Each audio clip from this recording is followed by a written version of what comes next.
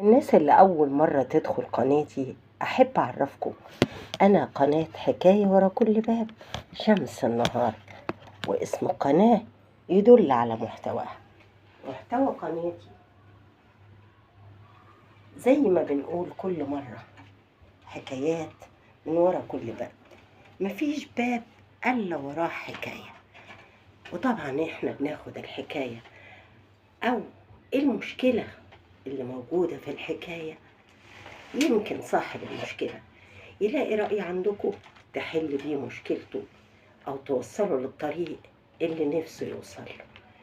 مشكلة النهاردة مشكلة شاب، مش أي شاب، عريس جديد. حكى وقال أنا متجوز ما بقاليش 20 يوم، وزي ما بتقولوا كده في شهر العسل، وطول عمري كنت بحلم بالشهر ده، مش مع أي واحدة، مع العروسة دي بالذات، لأنها حب الطفولة وحلم العمر. ياه، كل ده؟ والله كل ده أصلها بنت خالي. طلعت وفتحت عيني لقيتها قدام عينيا، وقلبي مال ليها على طول من واحنا أطفال. أنا أكبر منها ب6 سنين. كنت بخاف عليها من الهوا الطاير، ولما كنا نروح عندهم أبقى مش عايزة أرجع تاني، عايزة أفضل قاعد لحد ما العيلة كلها أخدت بالها. نبدأ بقى حكايتنا كده، كوباية الشاي التمام اللي تظبط الدماغ وتطلع الكلام موزون. العيلة كلها أخدت بالها من إني بحبها. الجميل بقى إنها لما كبرت شوية بدلتني الحب، وربنا ألف القلوب لحد ما كبرنا وبقينا في سن الارتباط، وتقدمت لخالي بموافقتها وبرضاها، وكنت فرحان قوي، وخالي بيستقبلني بمنتهى الفرحة وبيقول لي مستني طلبك ده من وانت عيل صغير. لكن الوحيدة اللي ما كانتش راضية عن الموضوع ده أم العروسة، مرات خالي. معرفش أسبابها إيه، كانت بتقول أسباب غير مقنعة تماما. مرة بنتي لسه صغيرة، مرة أصل جواز القرايب كله مشاكل، مرة أصل جواز القرايب بيجيب أمراض، مرة المهم من الآخر إنها رافضة الجواز، لولا إصرار بنتها ومحايلتها ليها وعياطها وخالي وإلحاح العيلة كلها.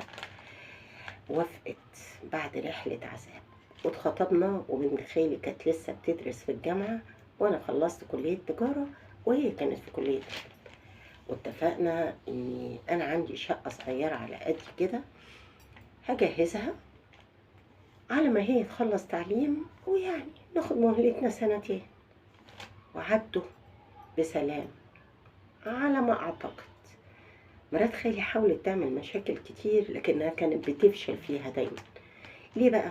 لأن ولا خالي ولا بنته ولا أنا كنا بندي اهتمام. المشاكل الصغيرة اللي كانت بتحصل بيني وبين بنتها ما كناش بنحكي لها عليها عشان ما تصطادش في المية العكرة زي ما بيقولوا والدنيا تولع. والدتي كانت غلبانة وطيبة قوي. والدي هو اللي كان يعني شوية مش وحش، بس كان ايده ماسكة شويتين يعني. عند العيلة كلها الراجل البخيل. الراجل البخيل ده هي كانت أحيانا بتتكلم وتقول أنا خايفة ابنه يطلع زيه ويعيش بنتي نفس العيشة اللي عمتها عايشاها. هي عمتها مش عايشة عيشة وحشة، هي بس عمتها متحملة المسؤولية زيادة عن اللازم. يمكن عند ناس كتير وحشة لكن هي اتعودت عليها وبقت خلاص. يعني والدي شايل ايده من الحاجات المهمة، الحاجات الصعبة. بقول لكم بخيل وانتوا عارفين بقى، مش هداري. العيلة كلها عارفة والدنيا كلها عارفة وكل اللي بيعاش راعي. ما علينا. المهم فترة الخطوبة بقت تمر بسلام، وبنت خالي خلصت الجامعة، وانا ربنا كان كرمني بشغل واشتغلت على طول بواسطة والدي ووالدتي وخالي. يعني هما كانوا موظفين وليهم معارف ووسايط، وتعينت. وكذلك بنت خالي اول ما خلصت اتعينت. كان من شروط مرات خالي اني اجيب شبكة قيمة جدا، كانت بتحاول تعجزني، وربنا عني عليها وعملت جمعية واخدت سلف من اختي، ما انا ولد واخت، بنت وولد. اختي اكبر مني متجوزه، وانا الولد الوحيد، يعني ولا جيش ولا ديولة. اتعينت اشتغلت ربنا كرم على طول. فجبت الشبكة القيمة اللي هي أمرت بيها، بس اشترطت أنا ووالدتي على خالي إن ما يبقاش الموضوع شبكة فقط، شبكة وعقد قرار، كتب كتاب، يعني شبكة وكتب كتاب. مني قلبي يطمن ويرتاح إنها خلاص بقت ليا، ومني قلقان من أمها ما تعملش أي حاجة، فلاقي في لحظة الدنيا اتقلبت فتقول لي شبكتك ومع السلامة، أو من غير شبكتك وبرضه مع السلامة. فخالي بالعافية لحد ما وافق، وتم عقد القران بعد قراءة فاتحة ما يقارب 7-8 شهور. وقلنا بقى في خلال الفترة المتبقية دي حوالي سنة نكون فرشنا شقتنا، وبدأت فعلا الرحلة. وهم بدأوا في الجهاز، والدنيا مرت زي ما بقول لكم، وميعاد الزفاف قرب، ورحنا نفرش الشقة. هم خلصوا حاجتهم زي ما بيقولوا، فاضل لهم طراتيش بسيطة، وانا خلصت كل حاجتي وديت عفشي، وهم لسه حاجتهم. لكن تشاء الأقدار بكارثة، أو تأتي الرياح بما لا تشتهي السفن زي ما بيقولوا. خالي يقع في مشكلة في شغله على أثرها، هو والمكتب بتاعه كلهم يتم القبض عليهم، ويتم التحقيق معاهم، ويقعدوا من 4 أيام ل15 يوم، ل15 يوم تحت التحقيق، ولسه ولا ثبتت التهمة عليهم ولا اتبرأوا منها، لكن لا زالوا لسه. طب نعمل ايه؟ احنا خلاص المفروض ان احنا نحدد ميعاد الزفاف. فخالي من مكانه أقر وصمم إن الزفاف يتعمل. انتوا أجلتوه مرة واتنين وتلاتة، ينفعش يتأجل أكتر من كده. من غيرك ازاي يا خالي؟ يا ابني أهم حاجة كاتب الكتاب وأنا كاتب لك، أهم حاجة إنك تحطي إيدك في إيد أبوها وهو حط إيده في إيد، وأنا مطمن عليها، أطمن عليها أكتر وهي في البيت معاك. إنما هي في البيت عندي ويبقى في مشاكل بينك وبين أمها، مش هكون مطمئن. وفعلا بقرار الجميع والأسرة كلها اجتمعت، اتحدد ميعاد الزفاف، وتم الزفاف، ونلت المراد، وحب الطفولة وحلم الشباب بقيت في بيتي، وفرحانين ومبسوطين زي أي عرسان. ده غير إننا ولاد خال وصديقتي خلاص بقى عشرة العمر زي ما بيقولوا، يعني ما فيش جديد على بعض غير أمور الزواج. بعد الجواز بحوالي 12-13 يوم كده، قبل ما نكمل أسبوعين، قلت لها الشقة هنا حر قوي، صعبة. قالت لي فعلا. قلت لها طيب أنا عايزة أستأذنك في حاجة. قالت لي قولي يا حبيبي. قال لها لو طلبت منك طلب تنفذيه. قالت له عيوني أؤمرني. قال لها آخد اسورة الشبكة أبيعها وأجيب تكييف، وإن شاء الله المكافأة السنوية أكملك عليها وأجيب لك أحسن منها. اتبرجلت وحطت وشها في الأرض ودورت وشها، وقالت لي طب ازاي وانا عروسه جديده ابيع شبكتي؟ طب الناس تقول ايه اللي ما يشوفهاش معايا؟ ما يا ستي هي ما اتباعتش لحد غريب، اتباعت لمصلحه ببيتك. المهم ايه، قفلنا على الموضوع ما لقيتها اتضايقت، لكن دخلني وسواس غريب كده، مش عارفه ايه اللي خلاني افتح الموضوع تاني. فبعد يومين 3 فتحت الموضوع تاني، خاصه ان انا ركزت لقيتها مش لابساها. طب بما انك ركناها ومش لابساها نستفيد. حبيبتي انا معلش بلح عليكي في موضوع الاسوره بتاع الشبكه، انا محتاجها. إيه انت بتلح عليا ليه؟ هو انت سمعت حاجه؟ الكلمه الجمله انت سمعت حاجه، اذا في حاجه، مش انا سمعت حاجه، اذا في حاجه. ايه هي بقى الحاجه دي؟ الحاجه دي قوليها انت، انا ما سمعتش حاجه، انا عايزه اسمع منك انت، ويا ريت على طول قبل ما دماغي تلف. قالت بصراحه ربنا الاسوره ضاعت مني. ايه ده؟ ضاعت ازاي وفين وامتى؟ بقيت زي المجنون. قلت له ضاعت فين بالظبط مش عارفه. امتى دي؟ من حوالي 5-6 ايام، يعني بعد جوازنا بحوالي 8 ايام 10 ايام. آه، طيب احنا ما خرجناش غير مرتين، مرة عند اهلك ومرة عند اهلي. او ممكن تكون وقعت في الطريق، انا معايا عربية. طيب وقعت في الطريق يعني وقعت في العربية. طيب ما قلتليش ليه ندور في العربية؟ دورتي عندكم؟ اه طبعا دورت عندنا. ما قلتيش ليه ادور عندنا احنا كمان؟ اتبرجلت اكتر وخدت جنب، وجالي احساس انها ما بتقولش الحقيقة، بتكذب عليا. فسكت يوم، وتاني يوم طبعا لقيتني متغير، وتعمدت ان التغيير يظهر عليا. مالك فيك ايه؟ لا مش مرتاح. ليه؟ مش مطمن لكلامك. قولي الحقيقة، عشان انا لو اكتشفت الحقيقة من حد غيرك هيبقى الفيصل بيني وبينك. اطلع اقول لك الحقيقة. اه الاسورة ضاعت زي ما قلت لك، لكن انا خفت اقول لك عشان ما نكدش عليك واحنا في شهر العسل. طب انت كده برضو انا حاسه انك ما بتقوليش الحقيقة. وسبتها ونزلت، مع انها كانت هتنزل معايا نروح عند والدتي، ورحت عند والدتي لوحدي. وحكيت لوالدتي مالك فيك ايه؟ مراتك ما جاتش معاك ليه؟ الحكايه واحد اتنين تلاته. طيب انا زيك شاكه ان الكلام مش صحيح. طيب اقول لك حاجه، ما تيجي ندور كده في صور الفرح وفيديوهات الفرح نشوفها كانت في ايديها ولا لا. هي بتقول لك ضاعت بعد الجواز. وفكره امي كانت صائبه فعلا. شغلنا الفيديو بتاع الفرح، هي كانت زفه بسيطه مع صور سيشن، مع قاعدة لطيفة كده في البيت، والموضوع انتهى. بس واضح كل المعالم فيه، وإيديا وإيديها أكتر حاجة التركيز عليه. الأسورة مش موجودة في ولا لقطة. طب هو في عروسة ما بتلبسش شبكتها يوم فرحها؟ هي لابسة الخاتم والمحبس والدبلة، اشمعنى الأسورة ما لبستهاش؟ فطبعا كده أنا تأكدت إن في كذب. فروحت وأنا شايط، وأول ما دخلت لقيتها قاعدة في أبهى صورها عروسة مستنية العريس ومستنية الدلع. أنا ما عنديش نية بأي حاجة غير إن أنكد عليها عشان أعرف الحقيقة. أول ما دخلت من غير ما أقعد جنبها، قبل ما أقرب منها، قولي حقيقة الأسورة فين، يا إما الباب اللي أنا واقف عليه ده هفتحه وأنزلك منه مش هترجعي تاني. اتبرجلت ووشها أصفر. قالت له طب ادخل واقف الباب وأنا هقول لك الحقيقة بجد المرة دي. ودخلت وقعدت جنبها. قالت لي والله هقول لك الحقيقة. الحقيقة الأسورة ضاعت مني قبل الجواز بأسبوعين. طيب ما قلتيش ليه؟ قلت خفت أقول لك عشان ما يحصلش نكد ومشاكل قبل الزفاف ويتأجل تاني، وكفاية المشاكل اللي احنا عندنا في البيت وانت عارفها، خالك وموالك.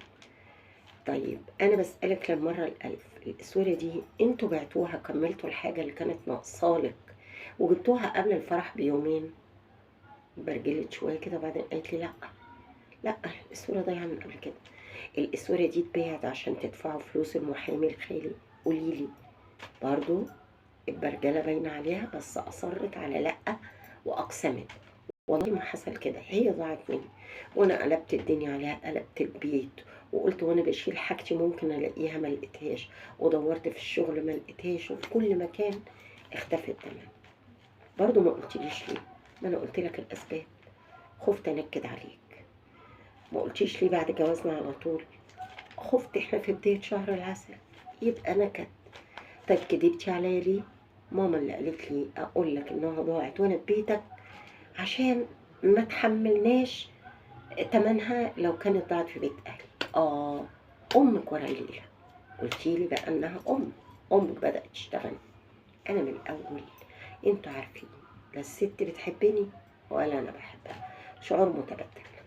فقلت لها لو اكتشفت كدبة تانية أو حاجة عن طريق أمك هتروحي تقعدي جنبها، مش هبقي على أي حاجة.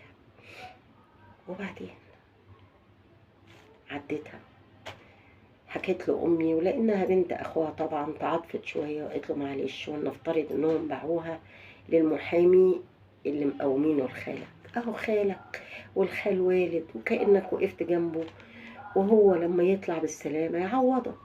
فسألت البنت برضو قبل ما أقول لوالدتي والدك يعرف انها ضاعت؟ قالت لي لا والله ما يعرف حاجه، هنكد عليه ازاي وهو في الظروف اللي هو فيها.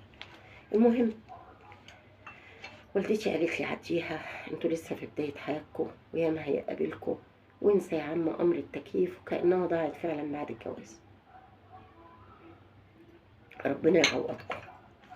جه على حظها وحظي ان في الشهر ده حصلت ظروف في الشركة. هي اشتغلت معايا في نفس الشركة، والشركة أخرت القبض، فمعيش فلوس، كل اللي معايا اتصرف.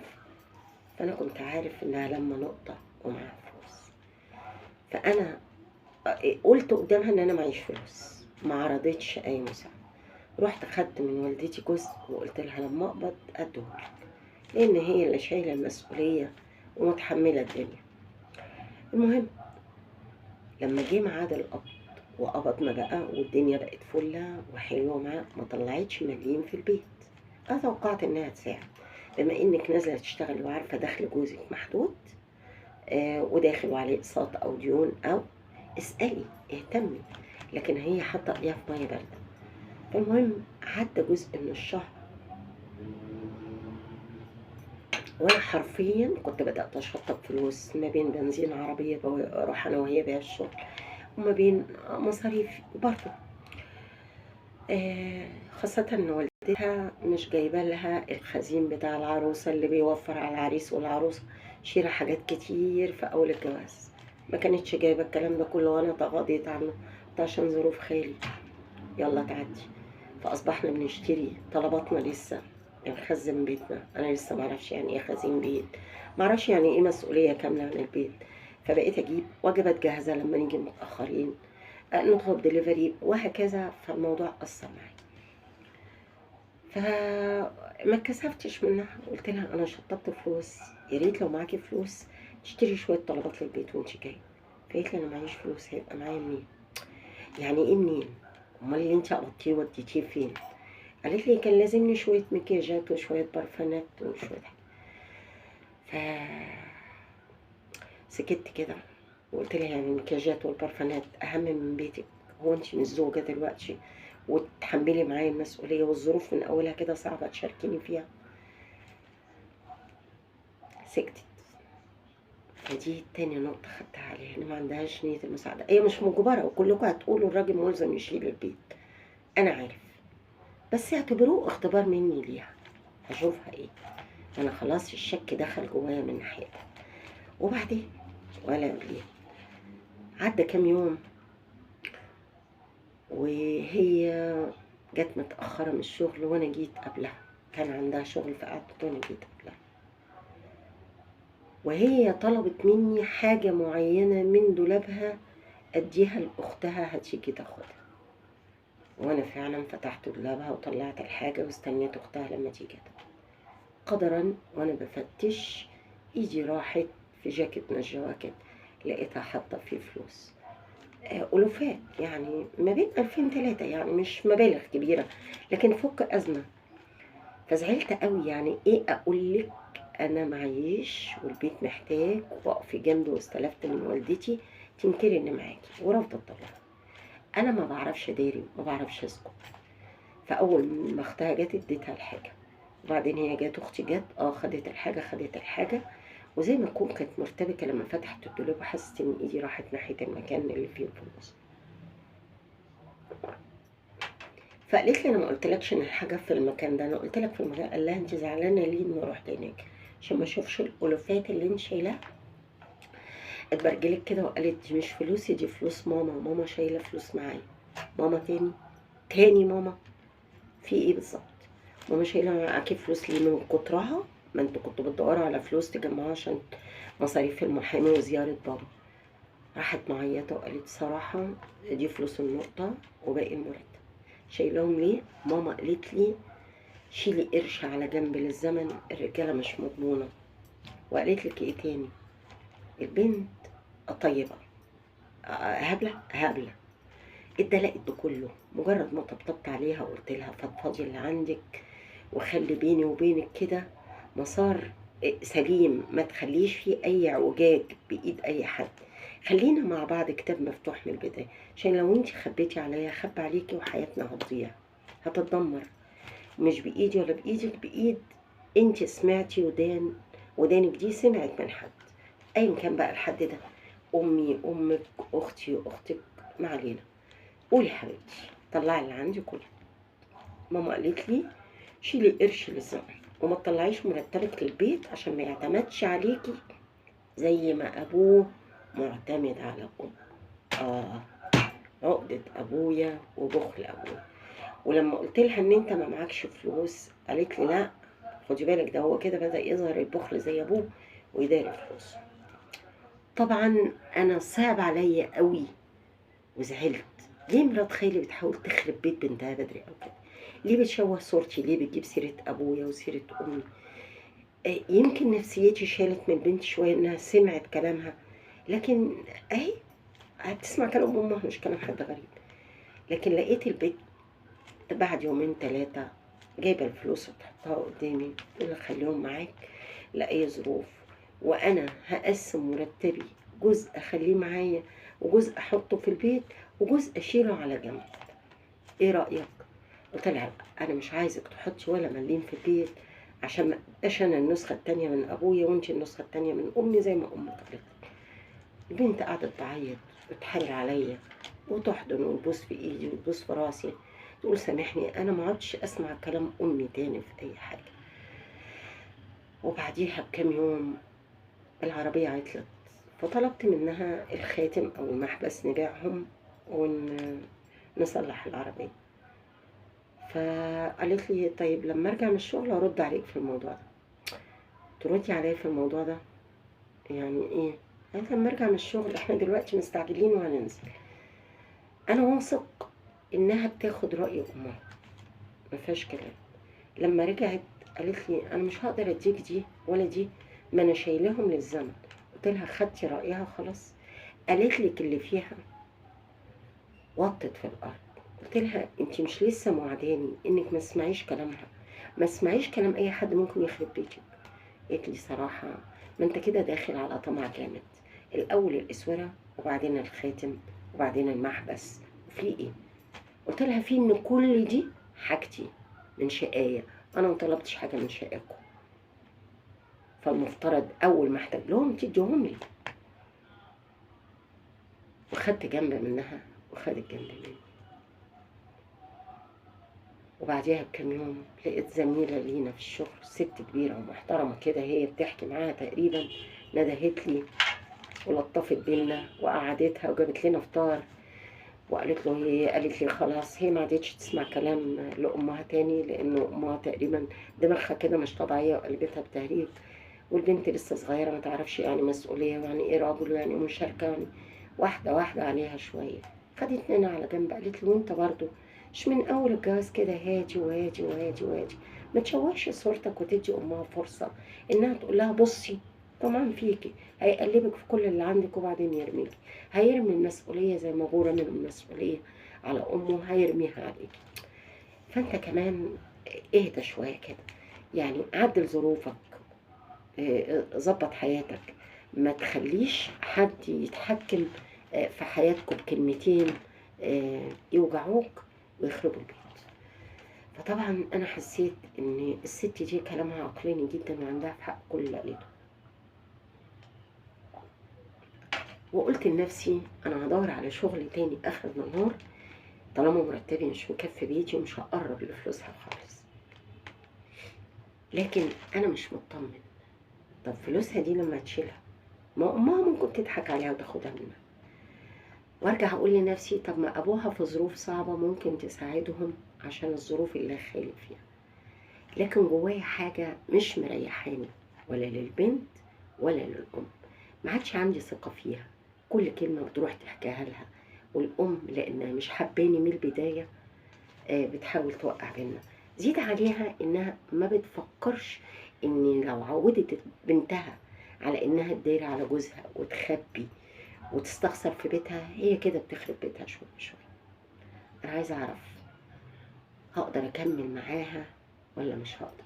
أنا خايف في فترة بسيطة جدا بعد ما شفت كل ده في الفترة البسيطة دي، خايف إن بعد فترة بسيطة برضه ما أقدرش أكمل ويبقى حب الطفولة وحلم الشباب والعمر كله بح بسبب كذبها، سماعها لكلام أمها، عدم تعاونها معايا، وأولهم وتانيهم وآخرهم الكذب. أنا كنت أتمنى إنها تبقى صريحة معايا من أول ما الأسورة ضاعت، ده إذا كانت ضاعت، تقول الأسورة ضاعت نفس توقيت. كنت أتمنى إن لما أحتاج تحس بيا، ما تستنانيش أطلب وأنا أرفض. كنت أتمنى إن اللي بيني وبينها يبقى كتاب مقفول، ما تبقاش كلماته في صفحة اللي رايح واللي جاي يقراها. حكت لأمها وبعدين حكت لزميلتنا في الشغل، هي ست محترمة وعاقلة، لكن من بعد كده هتحكي لمين؟ ويا ترى حكت لحد تاني؟ أنا دلوقتي طلبت منها إنها تتبع وسيلة لمنع الحمل، مش عايز أطفال. خايف، تخيلوا، أنا خايف يحصل حمل وارتبط بولد ببنت وانفصل. حاسس إني مش هكمل. الإحساس ده جاني بدري قوي بعد حب السنين دي كلها، كله بقى دلوقتي في الهوا. مفيش حاجة مستقرة جوايا، مش قادرة أحدد هل أنا بحبها وهتمسك بيها مهما حصل، ولا غلطة بسيطة تاني قد كده هتلاقيني بقفل الكتاب وأقول لها يلا ملناش نصيب في بعض أكتر من كده. الكذب ما بيوصلش غير للخراب. الصراحة هي بر الأمان. ما كنتش أتمنى إن أكتشف ده في شهر العسل.